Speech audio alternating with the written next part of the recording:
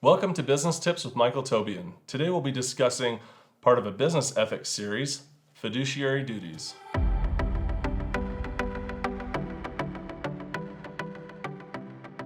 Fiduciary duty has to do with business ethics and the way you treat people in an agency relationship that you have.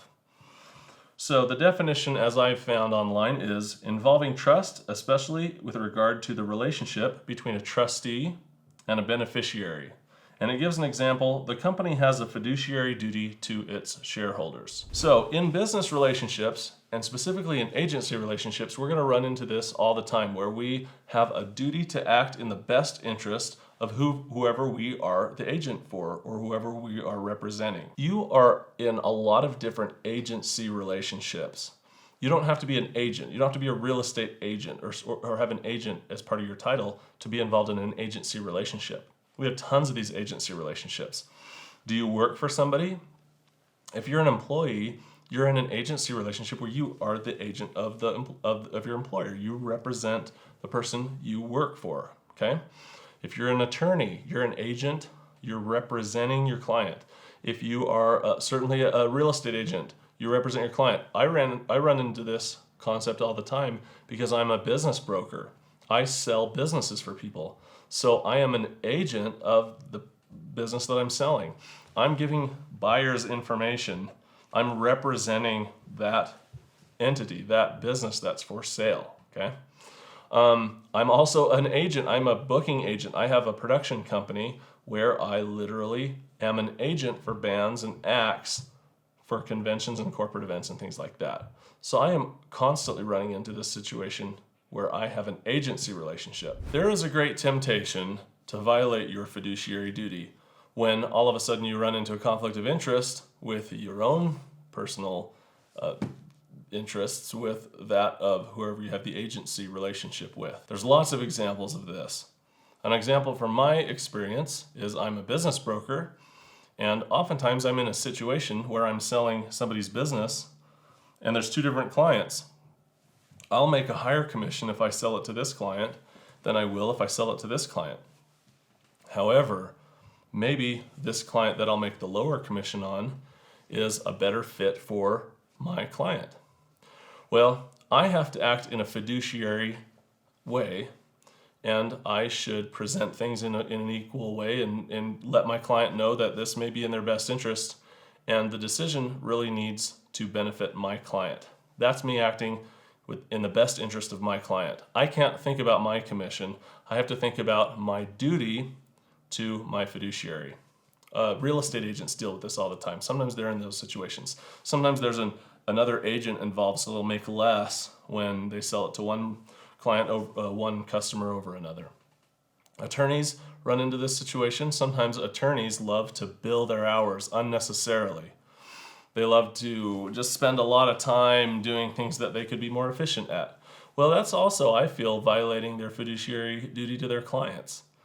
Their clients hire them to be efficient and to handle their legal matters, and if they are overbilling, spending too much time on it, working on things that don't actually matter, they're acting in their own best interest and not in the best interest of their clients. I also have an agency where I represent a bunch of entertainment acts. Well, I have to act in the best interest of those acts. Some of those acts I make more money if I book than others, but as the agent of all of them, I kind of have to represent things in a neutral way sometimes. Some of those acts I have ownership in, so I run into a situation where I have a little bit of a conflict of interest. I have a fiduciary duty to this band or entertainment act that I have some ownership in. I have a fiduciary duty to those people involved with that act.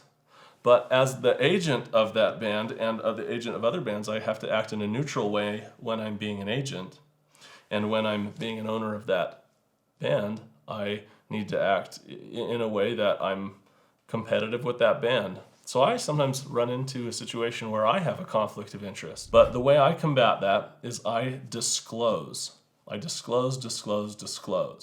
I disclose these conflicts of interest. I let people know what I'm doing to combat those conflicts of interest. Sometimes agents, real estate agents, usually this is illegal with real estate agents, but with business brokers, banks will offer us kickbacks and things like that. I don't accept kickbacks. My firm, Alpine Business Brokers, doesn't accept kickbacks, even though in our industry it's actually legal, and a lot of business brokers do. We don't do that because we feel like it's a conflict of interest. It's a potential violation of ethics, and we just don't want to go down that road.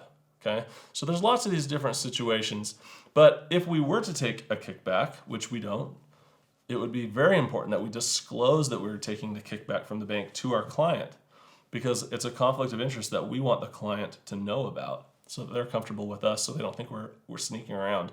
As a producer of entertainment, I sometimes work with event planners, and sometimes these event planners want kickbacks from us, and that's fine. Sometimes though, I wonder if the event planner has told their client that they're getting a kickback. And in those situations, there's a potential violation of their fiduciary duty to their client if they have not told their client that they're getting a kickback. If they hire our entertainment, there may be a bias there that the event planner is involved with. And I'm not accusing anybody of anything. I'm just saying these are things to think about when you're considering your fiduciary duties. So a fiduciary duty has very much to do with disclosure when you're in a situation that may potentially violate some ethics. Disclosing to those that you have an agency relationship with. Okay. It also has to do with avoiding conflicts of interest. You heard that ding, but I'm not going to go back and edit it. We're just going to deal with that in the video. We have conflicts of interest. We have to learn how to deal with that. Sometimes we need to avoid those conflicts of interest. Sometimes we need to disclose them. This was a conversation about our fiduciary duty in a video series about business ethics. I hope you'll join us next time, and if you subscribe, you will get updates. Thank you.